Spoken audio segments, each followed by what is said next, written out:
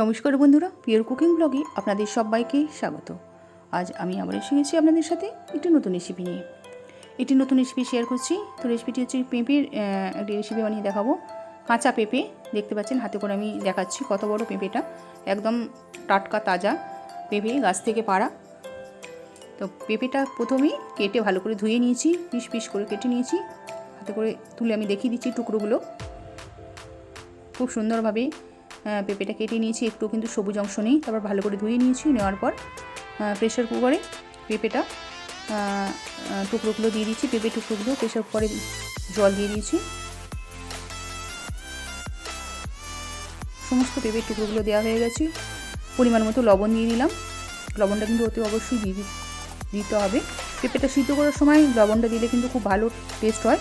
তারপর দিয়ে দিচ্ছি ছোলার ডাল। আমি 150 গ্রাম ছোলার ডাল ভালো করে ধুয়ে নিয়েছিলাম ডালটা। তারপর ছোলার ডালটা দিয়ে দিলাম একদম পেঁপের মধ্যে দিয়ে আমি 3টে সিটি দিয়ে নেব।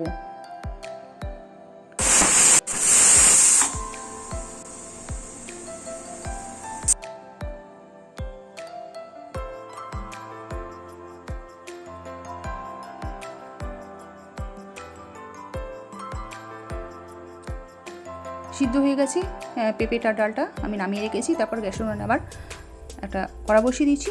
সর্ষের তেল দিয়ে দিলাম। তেলটা একটু ভালো করে গরম করে নিলাম। নেওয়ার পর 5 ফোড়ন, শুকনো লঙ্কা আর গোটা গরম মশলা দিয়েছি, এলাচ, লবঙ্গ, দারচিনি আর দিয়েছি 2টো তেজপাতা।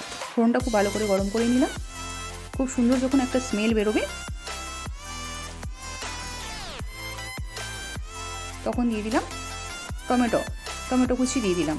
টমেটোটা দিয়ে ভালো করে একটু নাড়াচাড়া করে নেব। নিরামিষ পদ্ধতিতে খুব সুন্দর একটা রেসিপি আমি আপনাদের সাথে শেয়ার করছি। এই রেসিপিটা কিন্তু রুটি, পরোটা বা লুচির সাথে খুব ভালো লাগবে।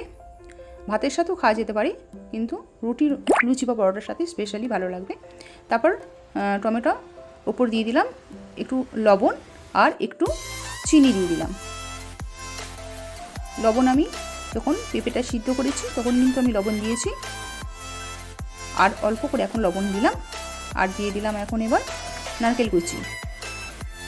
নিরামিষ রান্নায় নারকেল কুচি দিলে কিন্তু খেতে খুব টেস্টি হয়। আর কাঁচা ছোলা আমি কিছু ভিজিয়ে রেখেছিলাম, কিছুটা কাঁচা ছোলা আমি দিয়ে দিলাম। আগে থাকতে কিন্তু ছোলাটা ভিজিয়ে রাখতে হবে। ছোলাটা যখন খুব ভালোভাবে ফুলে যাবে তখন কিন্তু ছোলাটা ব্যবহার করতে হবে। ভালো করে তেলে একটু নাড়াচাড়া করে নিলাম। নারকেল কুচি এবং ছোলা, টমেটো একসাথে নাড়াচাড়া করে নেওয়ার পর আবার একটু হলুদ গুঁড়ো দিয়ে দিলাম। সমস্ত মশলাগুলো ভালো করে আমি কষে নিচ্ছি।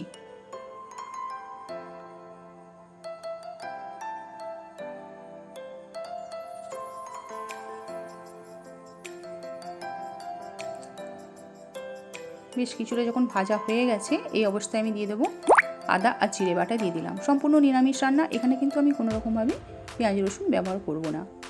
আদা আর জিরে বাটা দিয়ে আবার ভালো করে নারকেল কুচি, ছোলা এবং টমেটো ভালো করে কষতে থাকলাম। খুব ভালো করে কিন্তু মশলাটা কষে নিতে হবে। মিডিয়াম টু লো ফ্লেমে কিন্তু কষতে হবে, হাই ফ্লেমে কষা যাবে না। হাই ফ্লেমে কষলে কিন্তু মশলাটা পুড়ে যাওয়ার সম্ভাবনা আছে। এরপর দিয়ে দিলাম ক্যাপসিকাম কুচি আর কাঁচা লঙ্কা কুচি। ক্যাপসিকামটা অপশনাল, আপনারা দিতেও পারেন, না দিতেও পারেন। ক্যাপসিকামটা আমার কাছে ছিল বলে আমি এটা ব্যবহার করলাম এখানে। খেতেও কিন্তু খুব টেস্টি হয় ক্যাপসিকাম দিলে। আবারও 2 মিনিটের জন্য ভালো করে কষে নিলাম। নেওয়ার পর আমি এখানে হিং দিয়ে দিলাম। হিংটা কিন্তু অতি অবশ্যই দিতে হবে।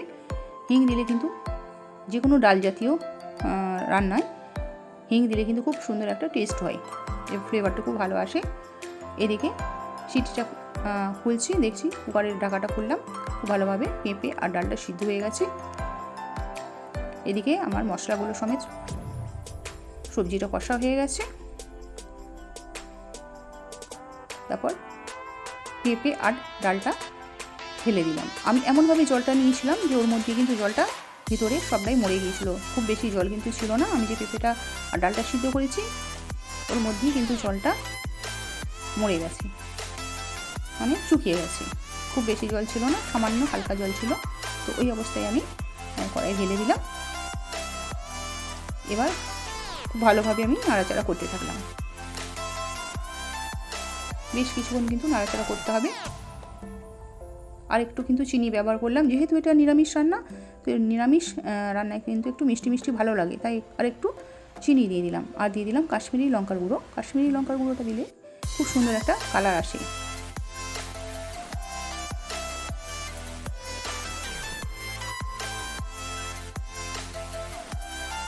এর বেশ কিছুক্ষণ এবার আমি নাড়াচাড়া করছি। দেখতে পাচ্ছেন রান্নাটা কিন্তু আমার যে পেঁপে রান্নাটা করছি, পেঁপের যে ডালনাটা আমি করছি, সেই রান্নাটা কিন্তু একদম ঝোলঝোলও হয়নি, এটা কিন্তু থকথকে পাড়াই হয়েছে, মানে গাঢ় গাঢ় টাইপের হয়েছে।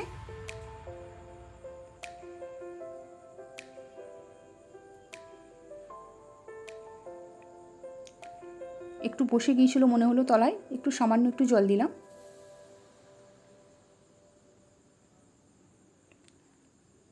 বন্ধুরা প্লিজ চ্যানেলটিকে সাবস্ক্রাইব করবেন এবং পাশে থাকবেন, ভালো লাগলে শেয়ার করে দেবেন আর লাইক কমেন্ট করতে ভুলবেন না। পেঁপে ডালনা আমার একদম হয়ে গেছে। লাস্টে দিয়ে দিলাম গরম মশলার গুঁড়ো। গরম মশলার গুঁড়ো কিন্তু অতি অবশ্যই দিতে হবে, যেহেতু এটা নিরামিষ রান্না, তাই সেই জন্য গরম মশলার গুঁড়ো আমি ব্যবহার করেছি। আর 1 চামচ দিয়ে দিলাম গাওয়া ঘি। দিয়ে এবার আমি 5 মিনিটের জন্য ঢাকা দিয়ে রেখে দেব। 5 মিনিট পর আমি খুলে এটা পরিবেশন করব গরম গরম। ঢাকা দিয়ে রেখে দিলাম 5 মিনিট।